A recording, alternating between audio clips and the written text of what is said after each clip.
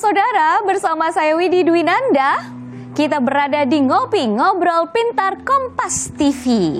Dan tentunya saya juga berharap saudara Kompas TV dimanapun Anda berada dalam keadaan yang sehat dan juga tidak kalah antusias untuk menyimak tema kita dalam Ngopi pada malam hari ini yang tentunya sangat menarik, yaitu menjamin kedaulatan data melalui Pusat Data Nasional. Ya, PDN atau Pusat Data Nasional ini merupakan salah satu upaya dalam penerapan sistem pemerintahan berbasis elektronik yang memang sedang gencar digaungkan oleh pemerintah.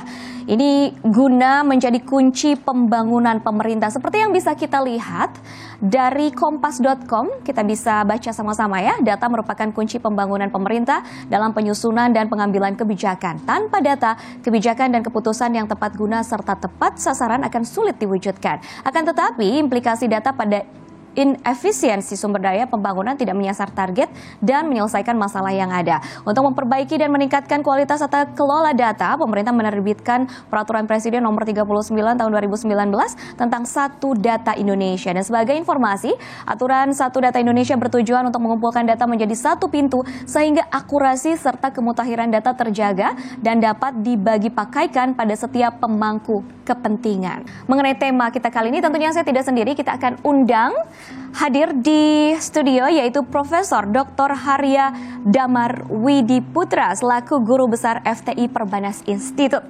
Ya, kita langsung undang. Selamat malam Pak. Silahkan duduk, apa kabar? Wah, senang sekali ya sudah hadir di sini. Terima kasih lah sudah menyempatkan waktunya. Kita akan berbincang seputar menjamin kedaulatan data melalui Pusat Data Nasional. Nah, PDN ini merupakan program Satu Data Indonesia ya. Apakah ini menjadi sebuah urgensi yang memang dibutuhkan oleh negara ini, Prof? Jadi tadi kita udah dengar banyak istilah ya.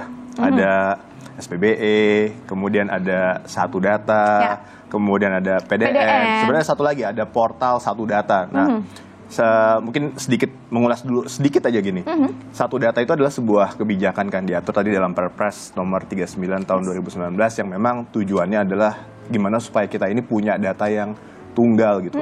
Data itu konsisten, data itu terintegrasi, nggak beda-beda. Kita bicara tentang data A, kok kondisinya seperti ini, kemudian data A di tempat lain kok datanya beda. Padahal ini, sama padahal begitu. Harusnya sama kan. Kita karena tadi dasar bahwa dari pengambilan keputusan ataupun apapun itu ya, perencanaan itu harus berbasis pada data yang tunggal sebetulnya. Nah, itu adalah konsep dari Satu Data, bagaimana kemudian tata kelola data itu bisa diwujudkan supaya kita bisa punya data yang berkualitas, terintegrasi tadi ya, sehingga akuntabel juga tentunya. Akuntabel, dibagi pakaikan, terbuka, sehingga tidak ada yang ditutupi, perumusan kebijakan bisa menjadi lebih baik. PDN sendiri, Pusat Data Nasional, adalah merupakan sebuah infrastruktur yang diharapkan bisa mendorong percepatan terwujudnya Satu Data ini. Karena dengan PDN, pemerintah pusat itu menyediakan sebuah fasilitas lah ya, data center yang kemudian bisa dibagi pakaikan dan digunakan oleh seluruh instansi pemerintah, apakah itu di tingkat pemerintah daerah, kabupaten kota, provinsi, maupun kementerian lembaga.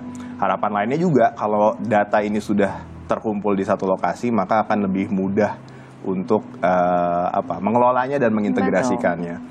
Ya, namanya teknologi selalu ada plus dan minusnya.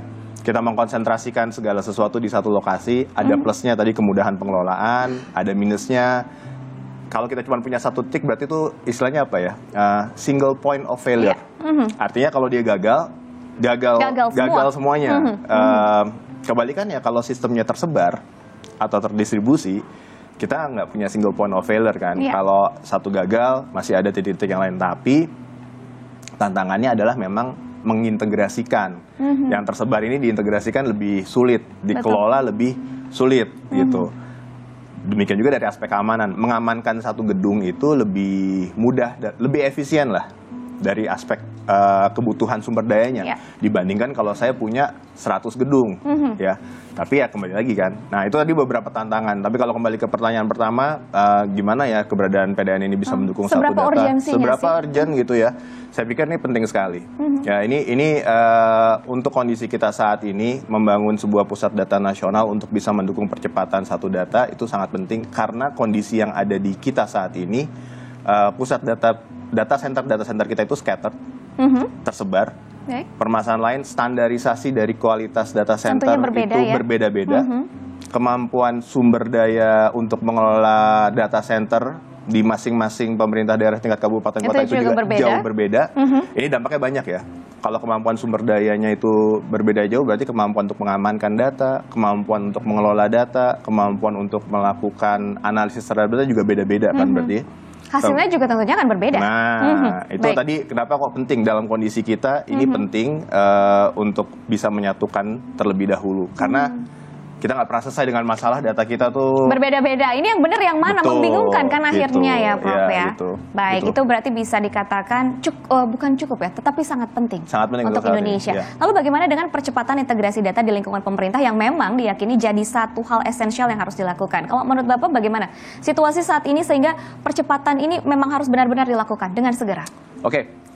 Sebenarnya kalau kita ngomong percepatan bukan saat ini, harusnya udah dari dulu. Udah dari dulu. Ini bisa dikatakan startnya terlambat nggak sih gitu betul. Ya? Better late than never kan katanya betul. gitu ya. Tapi dengan adanya Perpres 39 tadi itu memang menjadi tahun 2019 ya, emang menjadi dorongan ya untuk bisa mempercepat integrasi data. Nah, ini juga ada blessing in disguise sebenarnya. Saya ngelihatnya blessing in disguise dalam artian COVID itu sebetulnya juga jadi katalisator yang kemudian mempercepat integrasi data. Betul. Ya, mungkin banyak orang yang awalnya tuh sering menolak lah menggunakan sistem berbasis elektronik untuk memberikan layanan gitu ya. Tapi kemudian dengan adanya COVID, kita beralih total, semuanya berbasis elektronik. Online. Ya, berbasis online. Ini mendorong sekali pertumbuhan jumlah data yang dikumpulkan dari sistem-sistem atau aplikasi-aplikasi yang apakah itu digunakan oleh pemerintah maupun yang digunakan oleh pihak swasta ya. Oke, baik. Jadi sudah sangat jelas bahwa percepatan ini kita terdorong dengan Perpres 39 tadi, kita terdorong dengan kondisi. Nah, data bertumbuh dengan sangat cepat. Sekarang kita ada di tahap betul-betul harusnya bisa menggabungkan dan mengintegrasikan semua data yang ada di Indonesia ini. Dan PDN, kembali lagi kalau saya melihatnya ini adalah sebuah alat yang cukup strategis untuk bisa mendorong percepatan itu. Baik, lalu apa dampak penggunaan data terhadap proses pengambilan keputusan dalam menyusun kebijakan untuk masyarakat? Ini juga tentunya akan sangat berkaitan erat begitu. Oke, sebetulnya kalau kita bicara pengambilan keputusan ataupun penyusunan kebijakan atau perencanaan yang berbasis data, ini kita sebetulnya bicaranya nggak cuma di skop pemerintah. Apapun itu ya, sebuah organisasi, sebuah perusahaan, sebuah unit bisnis, itu semuanya harusnya kalau menurut saya, ya memang harus melakukan perencanaan itu berbasis dengan data gitu loh. Karena kalau kita tidak menggunakan data, maka saya cukup meyakini bahwa seringkali kebijakan kita itu akan tidak tepat sasaran dan tidak atau sesuai berubah-ubah dengan kebutuhan. ya. Atau berubah-ubah, inkonsisten, atau kontradiksi antara kebijakan A dengan kebijakan B, ini nggak dan mungkin sinkron. Kondisi di lapangan tidak sinkron juga, dan bisa juga terjadi. Nggak sesuai lagi dengan apa yang dibutuhkan oleh masyarakat, gitu ya. Jadi ini masalahnya kenapa keputusan atau penyusunan kebijakan berbasis data itu penting. Ya, penting bahwa kita bisa menjamin ini sesuai dengan apa yang dibutuhkan oleh masyarakat. Kita bisa menjamin ketunggalan dan harmonisasi dari kebijakan itu tidak ada yang kontradiksi. Kita bisa menjamin bahwa kebijakan itu memang kemudian kalau berubah dia memang juga sesuai dengan kebutuhan yang ada di masyarakat. Iya, gitu, baik. Tetapi datanya kan masih berbeda-beda nih. Bagaimana itu kan menjadi tantangan. Sejauh ini Prof menilai kesiapan dari Indonesia dalam menghadapi tantangan ini seperti apa? Ya, ini memang jalan panjang yang PR-nya masih banyak ya. Kalau saya melihatnya saat ini kita masih dalam stage data collection. Baik. Jadi betul-betul mengumpulkan. Tadi saya sebut ada portal satu data ya. Kalau kita mau buka sebetulnya ada namanya data.go.id. Itu adalah portal satu data di mana di situ ada mungkin sekitar 250 ribuan dataset ya yang dikumpulkan dari pemerintah daerah, dari instansi pemerintah lainnya. Kita bisa akses sebetulnya di situ. Tapi memang baru sebatas ini ketersediaan data saja tadi yang saya bilang ya, collectingnya ya. Memang stage berikutnya adalah bagaimana kemudian kita bisa menganalisis atau mengkorelasikan data-data yang ada ini gitu, mengintegrasikan tadi, memastikan bahwa menyatukan data-data yang banyak ini 250 ribuan dataset ya, dan itu masih akan bertambah. Itu masih menjadi PR kalau menurut saya. Bahkan di tahap awal ini saja kita masih sering mendapat challenge ya bahwa masih ada yang belum ikhlas menyerahkan datanya, begitu ya. Ini PR yang masih ada yang ngekepin datanya gitu. Nah, ini kalau masih terjadi seperti ini, ya bagaimana kemudian kita mau mengintegrasikan data? Betul sekali. Gitu. Ini semakin menarik nih perbincangannya. Kita harus jeda dulu, tapi jangan kemana-mana, tetaplah bersama kami dalam Ngopi Ngobrol Pintar Kompas TV. ketiganya saya melihat bahwa satu data ini membutuhkan kolaborasi sinergitas ya antara pusat dan daerah. Dan sulitnya daerah itu kita sangat beragam. Dengar data is the new money, data is the new oil, dan seterusnya ya. Jadi memang ya sudah sebegitu berharganya data gitu loh.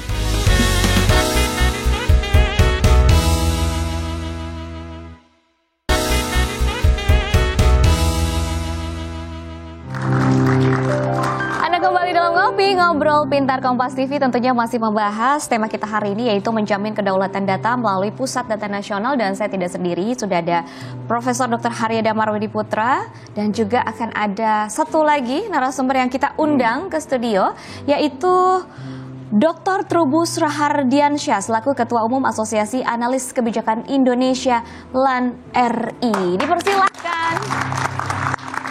Dokter, apa kabar? Selamat malam. Akan semakin seru sepertinya ya. Perbincangan malam hari ini akan semakin seru. Silahkan. Baik. Tadi sudah berbincang bersama Prof. Haria, sekarang kita akan berbincang bersama Dr. Trubus. Kalau kita bicara mengenai kedaulatan data, sebenarnya seberapa penting sih kedaulatan data bagi sebuah negara seperti Indonesia ini? Karena Indonesia ini negara yang secara geografis sangat luas ya. Ya, jadi kepentingan untuk data itu memang sangat mendesak. Sangat mendesak. Hanya persoalannya kemudian luasnya wilayah Indonesia sendiri menjadi istilah tantangan, bukan kendala, tantangan untuk menjadikan satu data itu terintegrasi secara baik, tapi berproses mungkin untuk mengarahnya. Nah, jadi itu menjadi yang menjadi utama. Yang kedua, saya melihat bahwa kebijakan satu data ini untuk mewujudkan cita-cita kita Indonesia Emas 2045 itu. Ya. Iya, karena tanpa itu semua tentu kalau dari sisi kebijakan publik, bagaimana kita membuat suatu kebijakan yang istilahnya akurat, akuntabel, transparan, tanpa ada datanya. Selama ini kebijakan di Indonesia kan lebih istilahnya elitis, dan ini sebenarnya elitis juga. Karena ini kan kebijakan para elit awalnya, tetapi kemudian elit itu sendiri istilahnya ada semacam benang merah dengan mau publiknya, kemauan publiknya. Karena kebetulan publiknya sendiri sekarang eranya kan era post-truth ya, revolusi industri 4.0 itu masyarakat sudah mengendaki sebuah data yang akurat, yang cepat. Yang masyarakat kita juga. Itu udah nggak mau lagi kalau ngurus apa-apa serba lama, lelet, gitu ya. Tapi kalau ada lagi maunya juga ya nggak berbelit-belit, terus ujung-ujung nggak ada cuan, gitu kan maunya kita. Nah, itulah yang menjadi tujuan kita bersama. Yang ketiganya, saya melihat bahwa satu data ini membutuhkan kolaborasi sinergitas ya antara pusat dan daerah. Dan sulitnya daerah itu kita sangat beragam. Ini persoalannya ketika kita bicara satu data, ada persoalan keragaman, bisa teratasi. Nah, ada satu lagi yang menjadi rumit adalah yang sulit diatasi Ego sektoral. Nah, yang tadi ketidakikhlasan tadi itu jadi problem. Karena apa? Karena institusi kita itu, setiap organisasi, institusi lah, entah itu kementerian, itu lembaga, entah itu daerah, itu namanya punya visi misi, punya istilahnya misi yang sakre. Misi suci di dalamnya itu apa? Nah, inilah yang nggak boleh, data itu harus open semua, atau ada data yang harus dalam tanda petik abu-abu disembunyikan, atau data yang dalam tanda petik memang harus dimanipulasi untuk keperluan kepentingan publik. Nah, ini yang harus dijelaskan. Karena apa? Karena nanti publik akan beranggapan bahwa semua data yang ditampilkan itu sudah benar betul. Ternyata itu data yang disembunyikan juga, yang sudah disaring begitu ya. Disaring, difilterisasi secara banyak. Yang terakhir menurut saya gini, ini kan edukasi kepada masyarakat ya untuk melihat pentingnya data. Selama ini kan data, mungkin kalau ngomongin data yang ada itu cuma kebocoran, duplikasi, manipulasi, itu omongannya selalu omongan ini kan negatif-negatif gitu loh. Tapi bagaimana kita membuat satu paradigma bahwa data itu positif. Seperti kita kalau orang kampus, orang dunia akademik ini teman-teman di semuanya, saya yakin itu kalau bikin skripsi minimal ya, skripsi itu mesti datanya mana. Berarti kan sesuatu data yang sifatnya positif. Tapi kalau di publik kan data itu bocor, data itu ini maksud saya, inilah ketempatan untuk mengedukasi masyarakat agar kita menjadi bangsa yang betul-betul menatap masa depan penuh kepercayaan diri Dan optimisme. Optimisme yang luar biasa lah, kira-kira seperti itu dalam hal ya Indonesia majulah, Indonesia yang berkompetitif lah, kemudian di tengah persaingan global kita juga istilahnya percaya diri Bisa kan mampu gitu, juga, bisa muncul baik. apapun. Nah, ini kan semua data, karena kalau sudah menyangkut kebijakan publik itu memang kalau kebijakannya sih ya semua elit punya kebijakan. Betul. Tapi persoalannya publiknya ini mau nggak? Diterima atau tidak oleh publiknya? Mau atau tidak. Nah, kebetulan kalau satu data ini masyarakatnya mau. Nah, itu untungnya gitu. Kalau mau, nah ini tinggal bagaimana pemerintah ini, menurut saya government ini mengolahnya secara cepat ya, secara terpercaya. Jangan nanti dirusak lagi dengan satu data, kemudian orang greedy, kan, bernafsu untuk masuk ke data itu, mendapatkan, karena selalu kita kebocoran data yang dilakukan oleh entah itu namanya apa Biorka atau apa macam itu kan merusak persepsi masyarakat bahwa data itu mudah sekali dibocor-bocorin gitu loh Mbak. Ini yang menurut saya memang harus dirubah sekarang. Nah, ini edukasi. Jadi kita di sini tidak semata-mata sosialisasi sifatnya komunikasi, informasi. Tetapi juga ada literasi begitu ya? Literasi. Nah, itulah. Jadi kan artinya di situ kan edukasinya, Mbak. Jadi itu yang paling penting. Ini memang poinnya sangat penting memang, tetapi PR-nya juga masih sangat banyak begitu ya. Tantangannya masih sangat banyak, apalagi proses yang menurut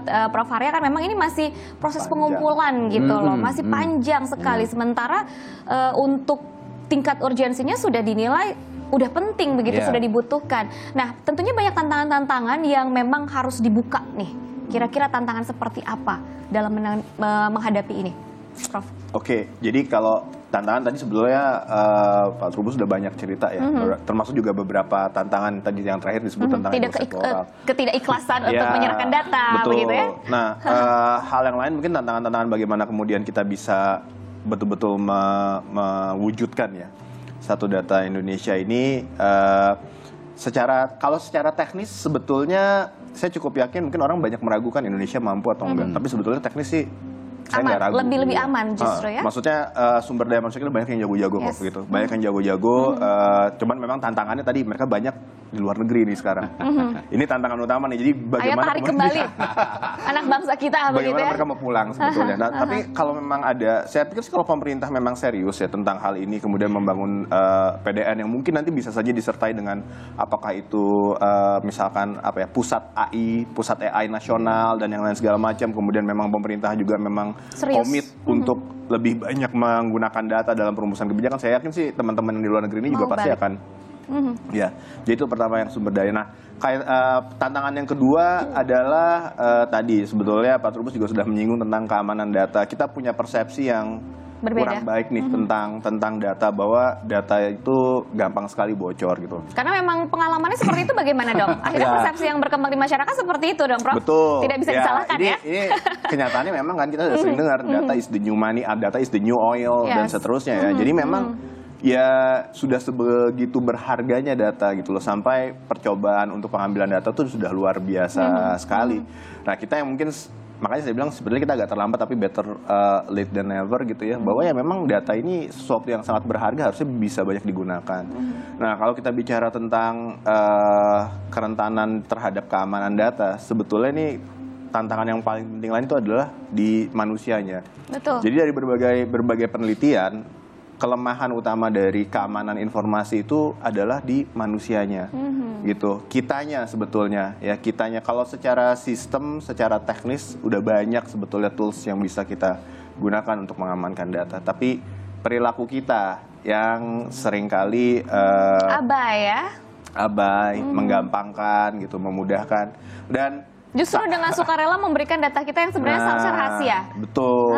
Ya, dengan kita posting gitu kan, tanpa berpikir, mungkin kita posting di ruangan kita atau di rumah kita, mengekspos bagian-bagian tertentu dari background kita. Itu kan secara nggak sadar ya, buat kita mungkin simpel aja. Tapi kalau ada orang-orang yang jeli, yang paham. Nah, yang paham, dan sebetulnya itulah data analis. Mereka bisa melihat sesuatu yang ada di belakang data gitu. Kalau kita ngomong data kan, data itu nggak cuma data angka ya, data apa gitu ya. Data itu kan gambar itu data, suara itu data, Video itu data, itu semua data gitu loh, data yang bentuknya nggak cuma tekstual gitu. Nah ini bagaimana kemudian bisa mengolah. Jadi tantangan utama memang kalau menurut saya pribadi itu memang ada di manusia sebetulnya. Baik. Di manusia. Dan jadi memang harus dari dasarnya dulu diperbaiki ya, dari diri kita sendiri dulu deh.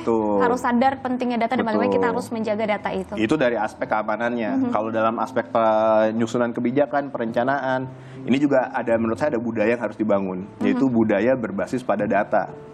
Jangan budaya berbasis pada kebiasaan atau pada kepentingan tadi atau opini yang sedang banyak gitu ya. Tapi memang ini sulit untuk kita lepaskan. Tapi setidaknya namanya kan kebijakan publik ya, harusnya kebijakan yang berorientasi pada publik lah gitu. Ya oke, kalaupun ada porsi elitisnya mungkin ya 30%, 40%, sisanya yang berbasis betul-betul bukan hanya tujuan untuk menggiring opini, seperti itu ya. Gitu.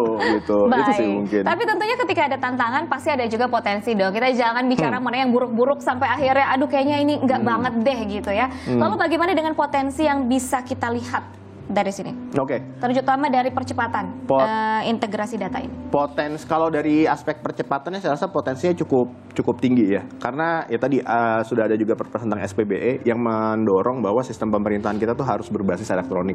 Dan ini secara rutin kan pemerintah sebetulnya mengevaluasi nih semua institusi atau instansi pemerintah tentang pelaksanaan SPBE-nya seperti apa. Baik. SPBE kalau zaman dulu kan gampangnya disebutnya e-government, artinya kita memang menyelenggarakan atau memberikan layanan pemerintah itu secara berbasis ya. Ini jadi dari pemerintah dari atas itu sudah mendrive seperti itu pemerintah pusat. Dari masyarakat kita sebetulnya literasi teknologinya menurut saya udah tinggi. Ya, kita semua udah sangat memanfaatkan teknologi sekali ya. Teknologi ya. Kalau ada permasalahan bukan kepada kemampuan manusianya tapi lebih kepada connectivity-nya. Baik. Ya, terutama mungkin di wilayah timur, tapi ini juga udah ada berbagai usaha kan. Kita baru punya satelit Satria 1 yang diluncurkan nanti akan bisa membangun akses internet.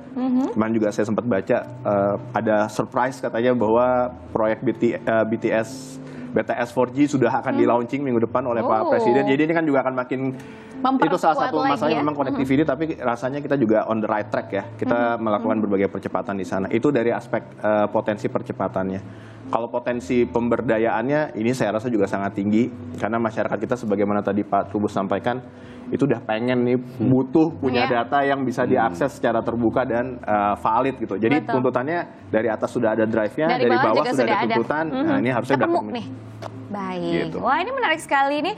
Nanti juga akan ada pertanyaan dari penonton di studio untuk dua narasumber saya. Tapi usai jeda ya, jangan kemana-mana, tetaplah bersama kami dalam Ngobrol Pintar Kompas TV.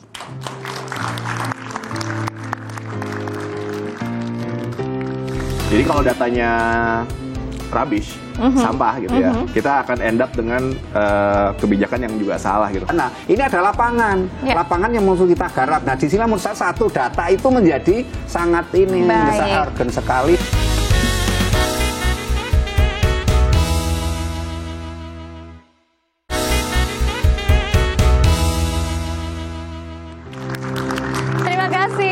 Bersama kami dalam Ngobrol Pintar Kompas TV dan saya masih ditemani oleh Dr. Trubus dan juga Prof. Harya di sini. Seperti janji saya di segmen sebelumnya bahwa kita akan melibatkan penonton yang ada di studio untuk juga ikut serta bertanya kepada dua narasumber yang sudah hadir pada malam hari ini. Siapa? Boleh silakan untuk penanya pertama.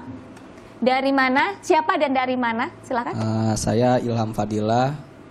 Saya sendiri karyawan swasta. Izin bertanya pada Bapak Trubus. Dengan adanya percepatan integrasi ini, kolaborasi antar lembaga pemerintah tentunya dibutuhkan. Menurut Bapak, bagaimana sih seharusnya realisasi kolaborasi ini terjadi? Terima kasih. Baik, terima kasih. Ini berkaitan sama yang tadi kita sektoral sounding ya. Iya. Silahkan dijawab. Iya, kalau realisasinya memang ini membutuhkan istilah bahasa sederhana itu sebenarnya kesepahaman ya. Ini ada bahasa kebijakan publik, ada political will. Itu yang penting. Karena tanpa itu semua agak sulit ya. Karena sekali lagi bahwa di daerah, khususnya daerah yang saya tiap hari wirawiri menangani, itu keengganan untuk membuka diri tentang datanya itu memang ya luar biasa tinggi. Gimana pun juga kepala daerah ini adalah the king di wilayahnya. Dia nggak semudah itu kemudian akan memberikan apa yang dia minta, kemudian ini dan data apa saja yang dia miliki itu juga nggak mudah untuk dengan serta-merta menyerahkan. Nah, ini menjadi persoalan. Karena itu sebenarnya bentuk realisasinya sangat ditentukan oleh sejauh mana kebijakan dari pemerintah daerah ya, dalam ini elit, dan juga di pusat itu juga kementerian dan lembaga. Itu yang sangat-sangat menentukan. Karena ketika political will sudah ada, itu kan ada lagi namanya political action. Nah, actionnya ini yang seringkali ini membutuhkan kendala. Nah, kemudian ada yang lebih rumit lagi di kita ini adalah mengenai ini kebijakan regulasinya. Kebijakan regulasi yang ada ini sifatnya itu lebih sebanyak ke himbauan kan, arahan. Belum sampai kepada yang namanya pemberian sanksi kalau mereka itu tidak, istilah Jawa bangkang, bandel gitu kan, atau istilahnya ngumpet masih menyembunyikan. Nah, ini yang belum, karena itu memang bentuk dari sinergitas itu sangat panjang ya, masih membutuhkan proses ini lama lah. Paling tidak gini ya, kita harus berpikir optimis bahwa negeri ini akan menjadi negeri yang istilahnya majulah, modern, dengan dasarnya semua pada data itu. Nah, karena itu ada daya juang yang keras baik dari tingkat government sendiri, pemerintah pusat daerah, tetapi juga ada dari tekanan dari publik ya, khususnya adalah stakeholder. Itu yang paling ini bisa, yang berkepentingan. Bang data ini kan banyak, ada investor, pelaku-pelaku usaha, kemudian juga dalam ini dunia akademik dosen, mahasiswa membutuhkan, kan semua butuh data ini. Kemudian juga ada desakan dari semua pihak, LSM, istilah civil society untuk mendesak itu, barulah mereka akan ada langkah berikutnya, gerakan. Dan saya melihat juga satu data ini kan, kalau lihat capres-capres sekarang pun visi misi minim yang menyinggung ini gitu ya. Jadi ini yang saya apakah kita yakin ke depannya akan sesuai dengan yang diharapkan. Jangan ini nanti kita sering masuk angin, Mbak. Jadi kalau sudah ganti pemimpin, ganti kebijakan. Nah, jadi itu dia, ini yang kadang-kadang kita harus lihat juga. Tetapi dengan kebijakan regulasi yang nanti kita susun demikian, termasuk tadi disinggung oleh Prof mengenai EI itu sampai sekarang kita belum ada pengaturan yang jelas bagaimana. Tapi pelanggaran orang melakukan dengan IA itu banyak sekali, tentang pinjol, judi online, itu banyak sekali. Tapi apa yang harus kita lakukan terhadap penegakan di lapangan? Lah itu yang jadi sulit. Nah, karena itu kaitan dengan data dan tadi yang ditanyakan oleh Masnya ini, saya melihat bahwa bentuk konkretnya ini sangat tergantung kepada ini elit. Elitnya sendiri. Jadi kalau elitnya ini yang lebih tegas begitu ya, lebih tegas, dan di situ masyarakat juga, karena itu butuh namanya partisipasi. Nah, partisipasi publiknya harus selalu mempertanyakan, dan sekarang eranya sudah dengan era keterbukaan, era demokrasi, transparansi, semua menuntut itu semua. Memang masalahnya sekarang ini kita itu pengawasan itu minim, evaluasi juga minim. Karena kalau orang di kita begitu dievaluasi bukannya berterima kasih, bersyukur, malah ngamuk. Marah-marah, baik. Nah, itu yang harus dilihat secara ini ya. Jadi memang ini tantangan-tantangan kita bersama lah ya gitu. Selanjutnya mungkin bisa langsung pertanyaan kedua. Silahkan, dari mana dan siapa? Saya Cynthia Sukmana Putri. Saya karyawan swasta, ingin bertanya kepada Prof. Harya. Apakah kebijakan yang diambil adalah kebijakan yang bisa bermanfaat secara langsung bagi masyarakat seperti saya, Pak? Terima kasih. Ini langsung nih, implementasi yang bisa dirasakan kepada masyarakat, silahkan. Kalau kita betul-betul sudah bisa mewujudkan satu data, dan kemudian data ini sudah lintas sektoral, kemudian kebijakan memang disusun berdasarkan data tersebut ya, saya yakin banget deh akan banyak manfaat yang diperoleh gitu ya oleh masyarakat secara langsung ya. Mungkin kalau saya bisa kasih contoh ya, kalau misalkan bagaimana kita bisa menghubungkan data, misalkan tadi Mbak Cynthia namanya kalau nggak salah ya, Mbak Cynthia, misalkan pemerintah tahu nih, oh Mbak Cynthia itu suka belanjanya makanan apa ya gitu kan, misalkan ya suka makanan jenis tertentu nih, kelihatan misalkan rutin, mungkin ya ini cuman ilustrasi saja, Pemerintah tahu Mbak Cynthia itu suka beli yang manis-manis dari pola belanja Mbak Cynthia. Ya. Kemudian pemerintah tahu track record kesehatan Mbak Cynthia dari data BPJS gitu ya. Kemudian pemerintah nanti bisa merencanakan, oh Mbak Cynthia nih mungkin perlu dibantu dengan vitamin ini, atau Mbak Cynthia mungkin perlu diberi treatment kesehatan ini supaya karena suka makan manis-manis jangan sampai nanti kena diabetes dan lain segala macam. Itu salah satu mungkin dalam konteks yang sangat mungkin saya nggak tahu deh berapa tahun ke depan. Tapi kalau datanya itu sudah bisa tersatu seperti itu, ya bisa seperti itu. Salah satu contoh yang lain, kalau kita bicara data kesehatan menjadi satu ya, ini sebetulnya saya alami sendiri di luar negeri waktu saya sekolah di luar negeri. Ini saya sekolah tuh bukan di negara yang advance gitu. Ini malah negara yang sebetulnya banyak farmingnya sebetulnya. Tapi di sana karena ada ketunggalan data kesehatan, saya pernah mengalami saya sakit datang ke dokter A. Kemudian beberapa bulan kemudian saya sakit lagi, saya pindah dokter kan. Tapi dokter ini bisa dapat medical record saya. Jadi saya nggak perlu lagi menjelaskan cerita lagi saya apa, pernah kesini. saya pernah hasil lab saya apa, pernah dikasih obat apa gitu. Ini memang data itu nggak bisa diekspos secara terbuka. Tapi di antara layanan kesehatan itu sudah terintegrasi gitu loh. Kalau sekarang kita umumnya mungkin baru di satu rumah sakit aja. Artinya kalau saya pindah poli gitu ya, misalkan dari dokter THT kemudian ke dokter penyakit dalam, kalau di satu rumah sakit umumnya sekarang mereka sudah punya medical record yang kalau dulu kertas kita bawa-bawa, sekarang di komputer. Tapi ini konteksnya kalau kita punya satu data, saya misalkan berobat kemana aja tahun lalu di Fatmawati, sekarang saya di RSCM, ya link gitu, dia bukan bisa lihat gitu kan. Ini kan akan memudahkan kita, nggak perlu ngejelasin lagi keluhannya apa Pak. Ini pernah dikasih obat apa, itu salah semua diagnosa juga semuanya. bisa lebih minim ya. Betul. Nah, itu salah satu bentuk kalau memang data kita sudah satu dan terintegrasi satu dengan yang lainnya. Saya harap itu dan banyak lagi hal lain yang mungkin kita bisa rasakan secara langsung sebagai masyarakat. Gitu. Oke, baik. Bagaimana sih memastikan integrasi data lintas sektor dan proses pembuatan keputusan pemerintah untuk mendukung pembangunan berkelanjutan? Kita beralih ke pertanyaan itu, silahkan, Dr. Trubus. Ya, kalau terkait keberlanjutan antar sektor itu memang sekali lagi bahwa kebijakan publik itu bagaimana agar kolaborasi itu sinergitas itu yang menjadi kuncinya. Jadi ketika itu kolaborasi bisa dilakukan, itu otomatis itu ada kerjasama, ada koordinasi, ada kesaling pengertian, kemudian juga ada sharing data juga gitu ya. Itulah yang kemudian sebenarnya dalam teori kebijakan publik ada orang sekolah itu ada nilai ya, value yang harus disepakati bersama ketika data itu sudah menjadi milik bersama. Nah, ketika lintas sektoral itu sendiri masih dalam tadi yang kita singgung egonya masing-masing, belum ada kerelaan, memang akhirnya nggak ketemu, selalu benturan terus, antitesis. Sementara harapan publik sudah begitu kadang-kadang antara Dasono dan Dasainya nggak nyambung gitu kan.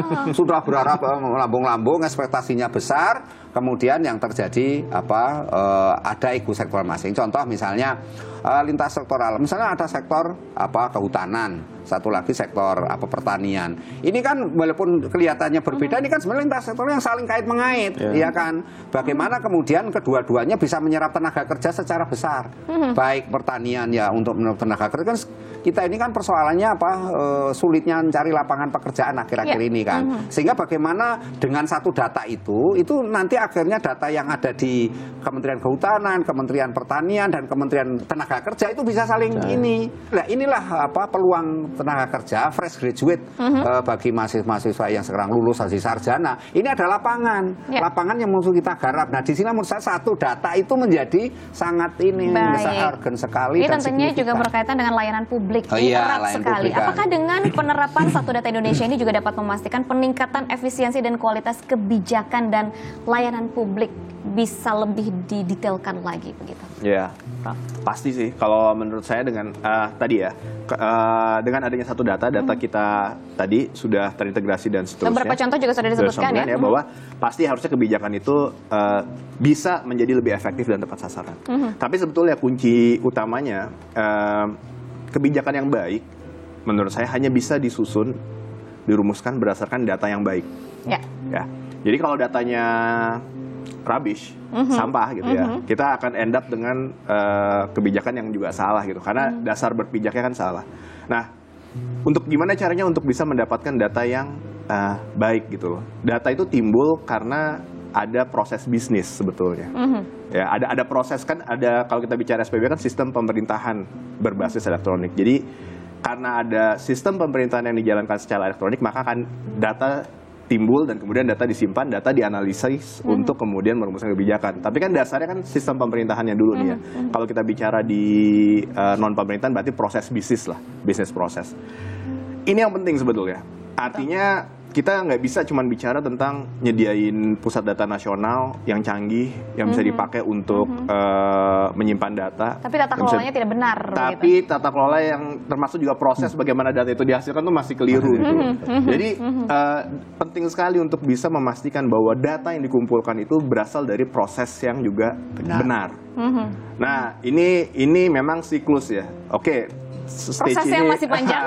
Ini kita butuh pengulangan atau iterasi yang kemudian akan berkelanjutan terus. Ini nggak akan pernah putus gitu. Dalam artian, oke lah, sekarang kita masih belum tahu nih apakah data kita semuanya clean, akuntabel gitu. Tapi setidaknya dengan kita bisa menghapus inkonsistensi terhadap data dulu ya, itu dulu. Dari situ kemudian ya tadi ya menyusun kebijakan yang baru yang memang betul-betul berbasis data dan berorientasi kepada publik. Baru kemudian nanti mungkin kita akan masuk ke siklus yang kedua, yaitu di mana kita meninjau kembali kan, apakah memang SOP yang ada dalam sistem pemerintahan kita tuh sudah baik atau belum, atau harus disesuaikan berdasarkan data yang kita punya. Kemudian nanti kita kalau itu diperbaiki, datanya akan jadi lebih baik, kebijakan akan jadi lebih baik, dan kemudian itu siklus akan terus saja berjalan seperti itu. Dan itu tentunya butuh proses juga ya. Betul. Dan tidak akan berjalan kalau tidak dimulai. Nah, kita ambil ini deh, snowball effect lah ya. Jadi kita menggelinding dari kecil dan kemudian nggak apa-apa deh, masih berantakan, tapi setidaknya sudah mengarah ke perbaikan. Kalau kita nungguin sempurna nggak akan pernah karena memang ada proses untuk menjadi sempurna. Baiklah, masih ada informasi yang bisa kita gali dari dua narasumber kita pada malam hari ini. Maka dari itu jangan kemana-mana, tetap bersama kami dalam Ngopi Ngobrol Pintar Kompas TV.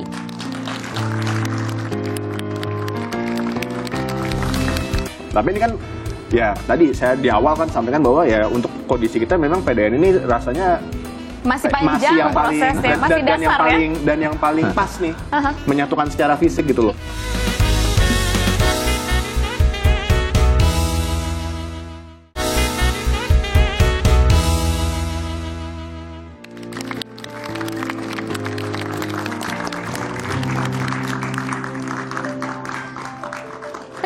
Masih bersama kami dalam Ngopi Ngobrol Pintar Kompas TV. Masih bersama saya Widi Dwinanda dan juga dua narasumber saya, yaitu Dr. Trubus dan juga Profesor Harya. Di sini kita akan lanjutkan perbincangan mengenai menjamin kedaulatan data melalui Pusat Data Nasional. Baik, Dokter, untuk data ini memang sangat penting.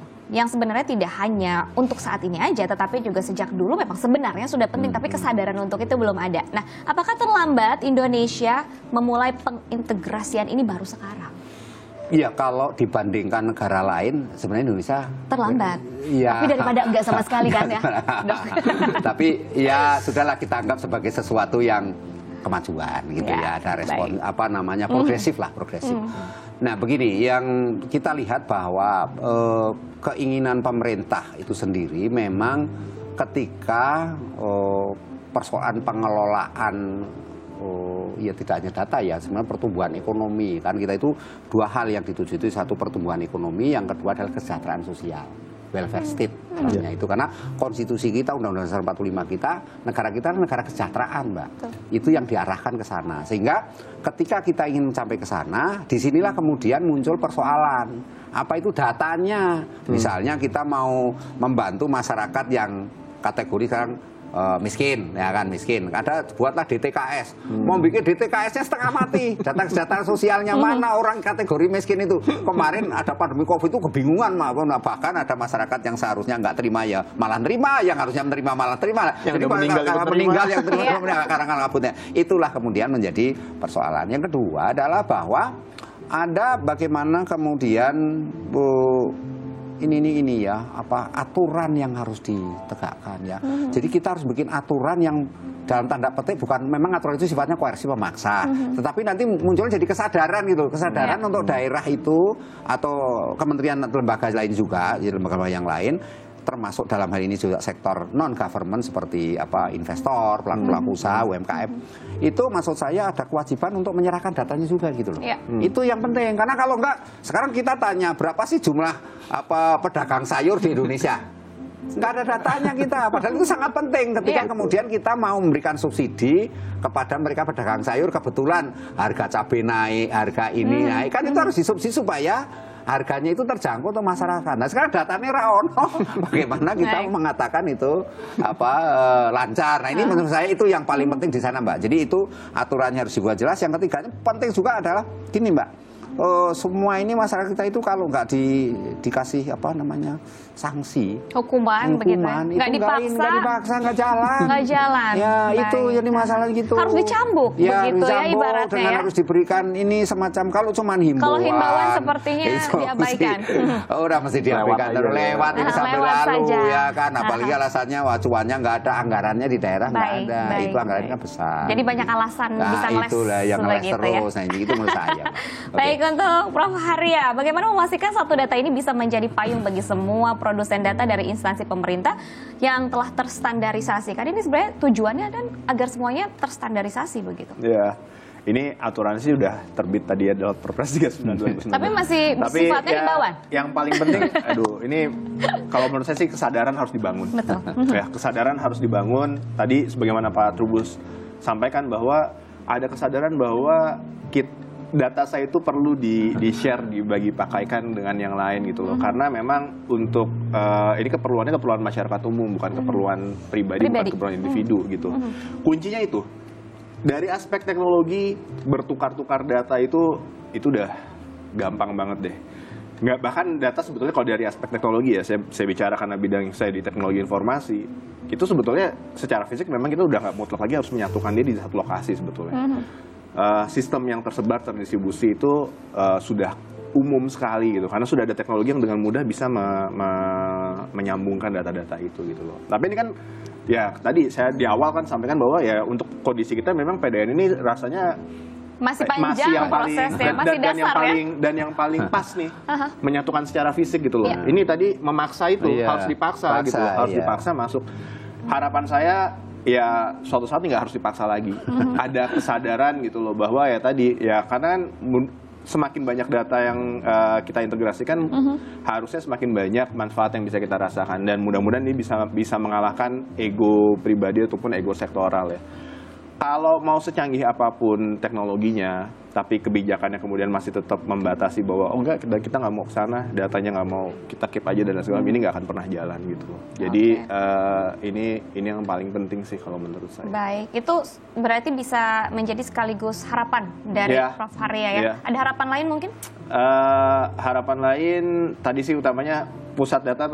Kalau kita ngomong dengan PDN ya, kedaulatan data ini. Dengan adanya PDN, khususnya untuk institusi pemerintah atau instansi pemerintahan yang akan punya fasilitas yang sangat baik dari aspek teknologi. Tapi kalau nggak disertai dengan semangat dan keikhlasan, ini cuma jadi sekedar gudang data aja. Betul. Gitu ya, cuma buat nyimpen data aja. Kalau nggak ada budaya juga untuk betul-betul mau menggunakan data untuk merancang kebijakan, ini juga lagi-lagi akan jadi gudang data akan aja. Sia-sia berarti. Akan sia-sia gitu, cuma jadi gudang aja. Jadi harapan saya utamanya adalah itu, lepas ego sektoral, kemudian memang dalam menyusun kebijakan, mulailah kita bergeser betul-betul ke penyusunan kebijakan yang berbasis pada data. Baik, lalu bagaimana dengan dokter harapannya Pak? Ya harapan saya PDN ini tidak sekedar hanya jargon ya, tapi butuh kerja keras kita semua. Jadi keterlibatan publik itu menjadi sangat penting di situ. Karena apa? Karena data itu pun kalau sudah terkumpul, terkelola dengan baik, tetapi kemudian asas kemanfaatannya minim di masyarakat, akhirnya juga akan tersia-sia. Ini jangan sampai kemudian kita harus berpikir ya cost and benefit lah ya. Artinya kalau cost-nya terlalu besar yang dikeluarkan, benefitnya kecil ya otomatis publik juga akan meninggalkan, nggak merasa butuh juga gitu. Betul. Ya. Nah, ini jadi penting karena itu updating data, kemudian bagaimana controlling terhadap data itu sendiri, evaluasi terus-menerus, kesinambungan pengawasannya juga harus ketat ini. Karena apa? Karena sulitnya itu perilaku-perilaku koruptif di kita itu lebih banyak berlindung di data itu. Gitu. Jadi kalau ini menjadi salah satu alasan juga kenapa tidak di-share secara terbuka, bisa jadi alasan seperti itu ya. Seperti itu kan, malpraktek, kemudian abuse of power, itu selalu berlindung di data itu, Mbak. Jadi ini yang harus diungkap. Ini loh sesuatu yang menurut saya ya harus dipecahkan bersama. Ini tanggung jawab kita bersama ya. Jadi itulah yang dimaksud keterlibatan publiknya di situ, Mbak. Baik, lalu untuk dari masyarakat awam mungkin? Kalau masyarakat ada awam, himbauan? saya himbauan kepada masyarakat awam itu cobalah sampai ke tingkat RT RW itu digerakkan untuk memahami tentang ya sedikit informasi tentang literasi digital lah ya, tentang data. Jadi saya kira gini ya, masyarakat kita kan umumnya sudah ya istilah well educated lah. Kalau dibandingkan dulu ya, walaupun rata-rata penduduk Indonesia masih SMP sekolahnya itu, rata-rata seluruh Indonesia itu. Tapi sudah mahir dengan media sosial dan lain-lain loh kan sekarang. Kan, tapi ada yang, ya itulah kesenjangannya juga cukup tinggi. Tetapi persoalannya adalah bagaimana untuk masyarakat paling bawah itu dia dengan menyerahkan data itu dia akan diberikan manfaat, misalnya mereka dapat diskon dalam hal iuran BPJS, kemudian dia sekolah, kemudian dia dapat bantuan-bantuan terkait dengan jangan sampai terjadi di Jagakarsa yang kemarin di mana kemudian seorang karena menganggur anaknya 4 orang akhirnya disekap meninggal dia bunuh diri. Nah ini kan karena apa? Karena dikejar-kejar kontrak udah 9 bulan nggak bayar kontrakan. Ini kan kasus yang tragis yang kemudian di mana kemiskinan menjadi akar persoalan di mana kemudian data ini sangat diperlukan. Sebenarnya berapa sih di tingkat RT RW ini gitu loh yang kategori mengalami seperti itu. Ini kan jangan sampai terjadi mosok 4 orang sampai meninggal